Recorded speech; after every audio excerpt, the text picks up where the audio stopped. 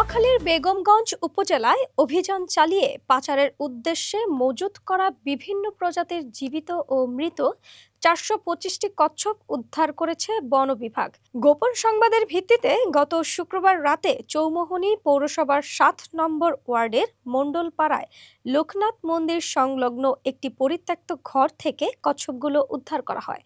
উপকূলীয় বন বিভাগ নোয়াখালীর সহকারী বন সংরক্ষক একেএম আরিফুজ্জামান জানান, গোপন সংবাদের ভিত্তিতে বন্যপ্রাণী অপরাধ দমন ইউনিট জানতে পারে যে আসন্ন দুর্গাপূজা উপলক্ষে বেগমগঞ্জের চৌমুহনীতে অবৈধভাবে প্রচুর কচ্ছপ মজুত করা হয়েছে।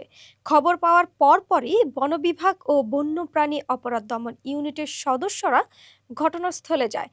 টের পেয়ে পাচারকারী চক্র কচ্ছপগুলো সরিয়ে ফেলার চেষ্টা করে। এর মধ্যে ৩২৫টি কচ্ছপ জীবিত এবং ১০০টি মৃত অবস্থায় জব্দ করে বন বিভাগের জেলা কার্যালয়ে রাখা হয়। শনিবার দুপুরে কিছু কচ্ছপ বন বিভাগের জেলা কার্যালয়ের পুকুরে অবমুক্ত করা হয়। বাকি কচ্ছপগুলো ঢাকায় নিয়ে যাওয়া হয়। জব্দ করা জীবিত কচ্ছপগুলো ঊর্ধ্বতন কর্তৃপক্ষের নির্দেশনা অনুযায়ী উপযুক্ত জলাশয়ে অবমুক্ত করা হবে।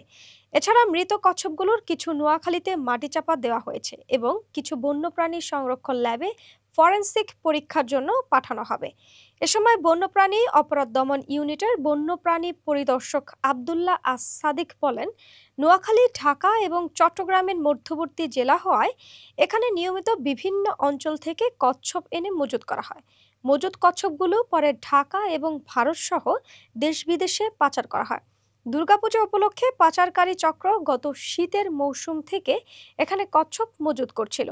অভিযানে জীবিত এবং মৃত অবস্থায় ফ্রিজিং করে রাখা কচ্ছপ ছাড়াও ৮০টির মতো ড্রাম পাওয়া গেছে, যেখানে কচ্ছপ রাখা হতো। এতে ধারণা করা হচ্ছে বেশ কিছু কচ্ছপ ইতিমধ্যেই বিভিন্ন জায়গায় পাঠিয়ে দেওয়া হয়েছে। জব্দ করা কচ্ছপগুলোর মধ্যে ৪ প্রজাতির কচ্ছপ রয়েছে। এই কচ্ছপগুলো বাংলাদেশে বিপন্ন প্রজাতির কচ্ছপ। কচ্ছপ বন্যপ্রাণী আইন ২০১২ অনুযায়ী তফসিল ১ ভুক্ত রক্ষিত বন্যপ্রাণী। জলজ পরিবেশের ভারসাম্য রক্ষায় এদের ভূমিকা অত্যন্ত গুরুত্বপূর্ণ।